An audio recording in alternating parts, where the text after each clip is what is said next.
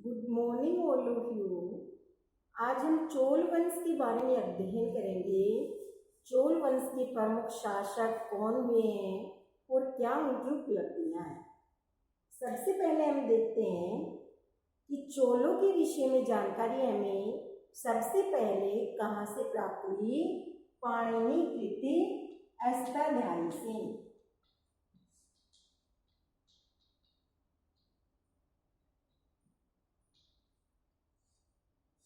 चोलों के विषय में हमें प्रथम जानकारी कहाँ से प्राप्त हुई।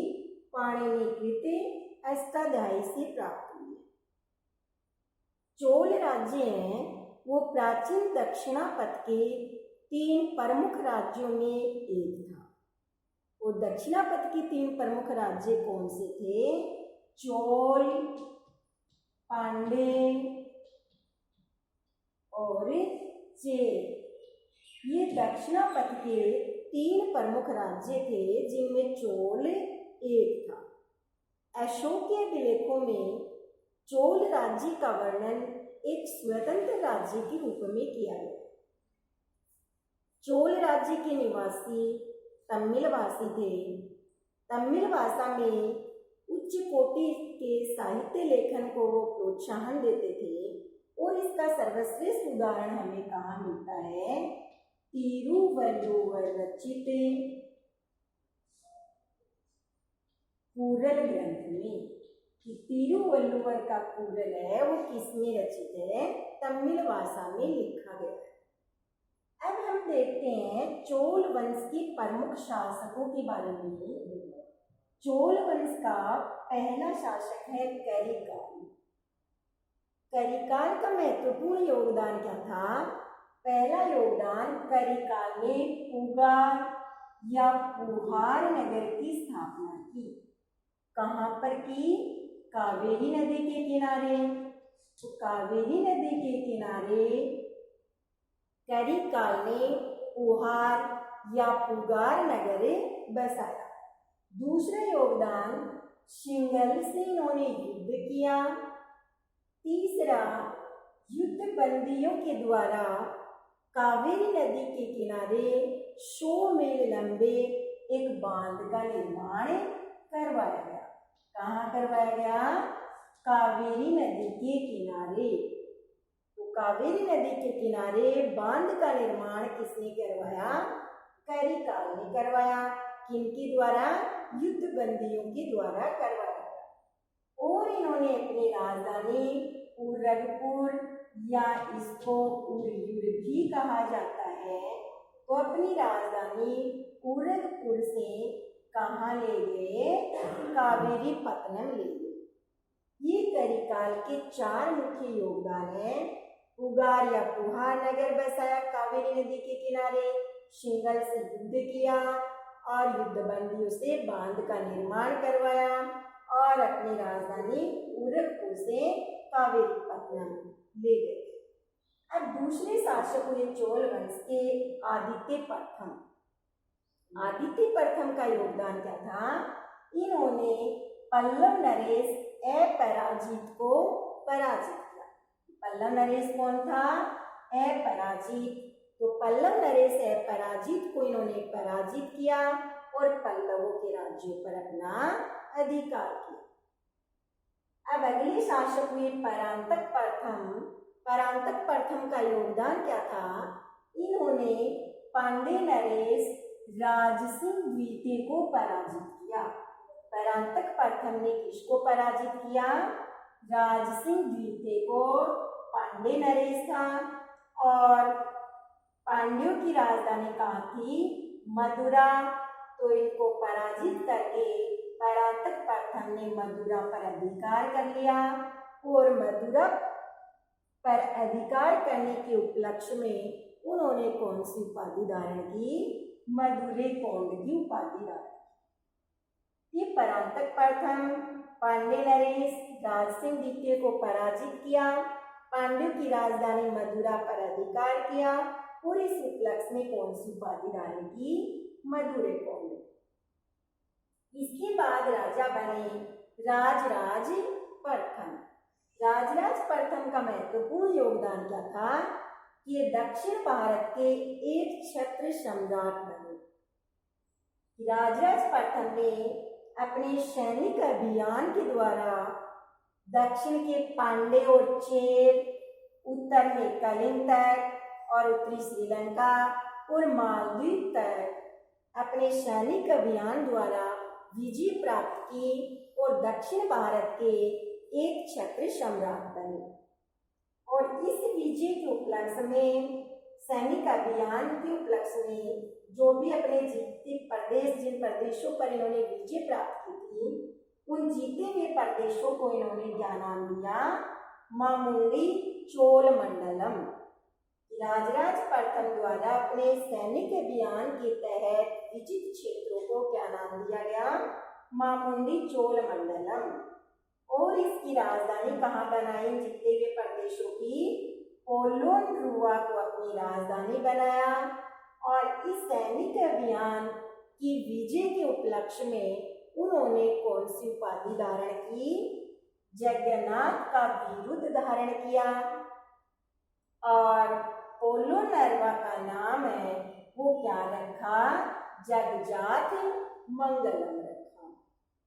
और इसके अलावा उनका महत्वपूर्ण योगदान क्या था कि उन्होंने भगवान शिव का एक मंदिर बनवाया था, जिसको क्या बोलते हैं? राजराजेश्वर मंदिर या बृहदेश्वर मंदिर भी कहा जाता है। और ये कहाँ स्थित है? तंजौर में स्थित है। तो भगवान शिव का राजराजेश्वर या बृहदेश्वर मंदिर का निर्माण करवाया तंजौर में। और इनके अलावा इन्होंने प्रशासनिक सुधार कार्य भी किए। और उनके द्वारा किए गए प्रशासनिक सुधार कार्यों में दो प्रमुख कार्य थे। पहला क्या था? भूमि का सर्वेक्षण करना। और दूसरा क्या था? स्थानीय संस्थाओं को प्रोत्साहन देना, स्थानीय निकायों को प्रोत्साहन देना। ये राजराज प्रथम का योगदान। अब इनके बाद में आते हैं राजेंद्र प्रथम।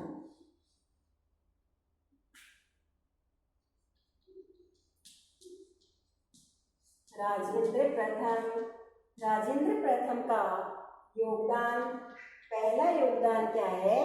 इन्होंने पश्चिमी चालुक्यों, पांड्यों व चेरों को पराजित किया।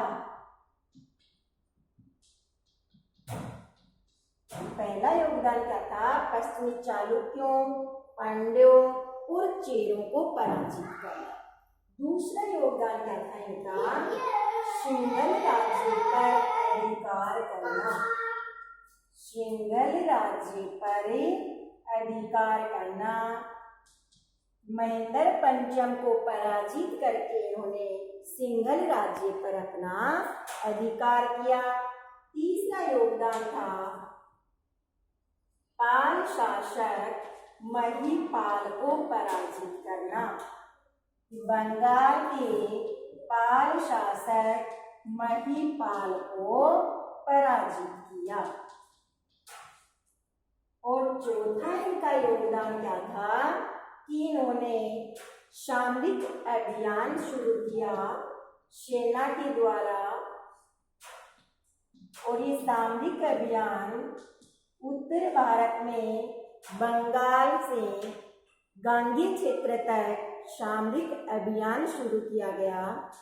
और इस अभियान के द्वारा उन्हें विजय प्राप्त हुई और गंगा घाटी क्षेत्र की सफलता के उपलक्ष्य में इन्होंने कौन सी उपाधि धारण की? गंगे कोंड चोल की उपाधि धारण की। गंगा घाटी क्षेत्र अभियान की सफलता के उपलक्ष्य में राजेंद्र प्रथम ने कौन सी उपाधि धारण की? गंगे कोंड चोल की उपाधि धारण की। और इस विजय के उपलक्ष्य में उन्होंने कावेरी नदी के तट पर एक राजधानी बनवाई और उसका नाम क्या था?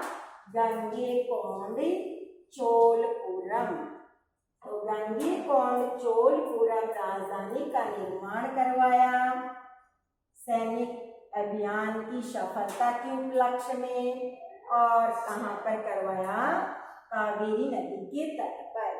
इसके अलावा राजेंद्र प्रथम ने एक तालाब बनवाया था, कौन सा, चोल गंगम। तो चोल गंगम तालाब का निर्माण भी किसने करवाया, राजेंद्र प्रथम ने।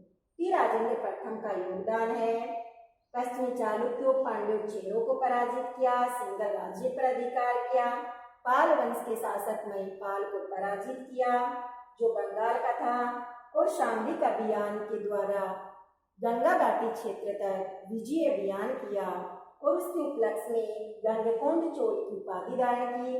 गंगीकोंड चोलपुरम नामक राजधानी का निर्माण करवाया, कहाँ पर, कावेरी नदी के किनारे, और चोल गंगम तालाब का निर्माण करवाया जिससे सिंचाई की जाती थी। राजेंद्र प्रथम के बाद राजा बने राजाधिराज।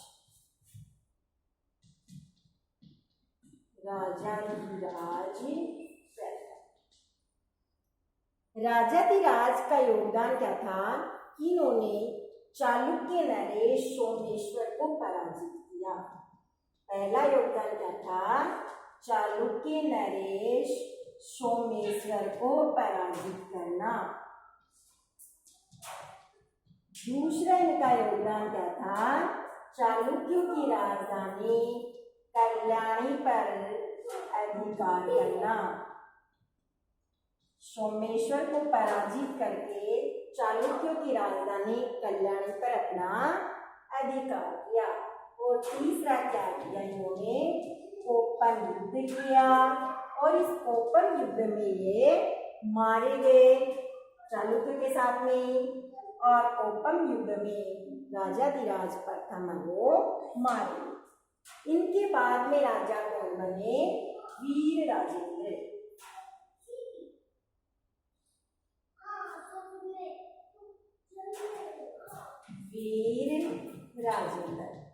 वीर राजेंद्र ने का महत्वपूर्ण योगदान क्या है कि वीर राजेंद्र ने चालुक्यों के साथ में कुंडल संगमम का युद्ध किया, और कुंडल संगमम युद्ध में चालुक्यों को पराजित करके अपने पराजय का बदला लिया, अपने पूर्वजों की पराजय का बदला इन्होंने लिया। और इस विजय के उपलक्ष्य में उन्होंने विजय स्तंभ का निर्माण करवाया। कुंडल संगमम युद्ध में विजय के उपलक्ष्य में वीर राजेंद्र ने क्या बनाया, विजय स्तंभ, और इसका निर्माण कहाँ करवाया, तुंगभद्रा नदी के किनारे। तो कुंडल संगमम युद्ध में विजय के उपलक्ष्य में वीर राजेंद्र ने विजय स्तंभ का निर्माण करवाया, कहाँ पर, तुंगभद्रा नदी के किनारे। वीर राजेंद्र के बाद चोल वंश में उत्तराधिकार युद्ध शुरू हो गया, और उसके बाद राजेंद्र प्रथम, राजेंद्र द्वितीय, कुलोत्तुंग प्रथम है वो राजा बने, और इनको क्या कहा जाता था, शुंग मत वीर्त इनको कहा जाता था। शुंग मत वीर्त का तात्पर्य क्या है, करने लेने वाला।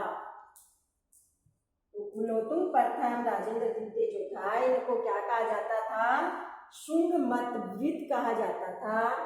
और इससे तात्पर्य क्या है, शुंग मत वीर्त किसे कहते हैं, करने लेने वाले को कहा जाता है। उस चोल वंश के अंतिम राजा कौन थे, राजेंद्र तृतीय थे। इस तरह से ये चोल वंश के प्रमुख शासक और उनका योगदान। धन्यवाद।